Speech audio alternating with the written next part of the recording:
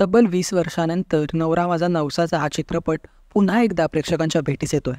या चित्रपटाचा सिक्वल लवकरच प्रदर्शित होणार आहे.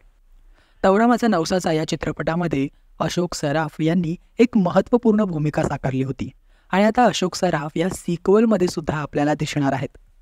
आज नवरा माझा नवसाचा या 2 या चित्रपटाची रिलीज डेट अनाऊन्स होणार आहे आणि याच निमित्ताने काल अशोक सराफ यांचा प्रोमो रिलीज झाला.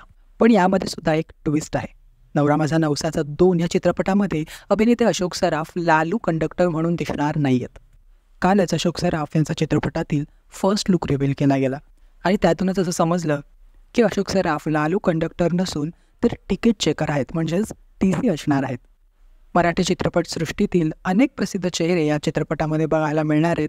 त्यामुळे तुम्ही किती एक्सायटेड आहात नवरा माझा नवसाचा 2 या चित्रपटासाठी कमेंटमध्ये कळवायला विसरू नका आणि अशाच अपडेटसाठी मराठी TV मीडियाला सबस्क्राईब करा.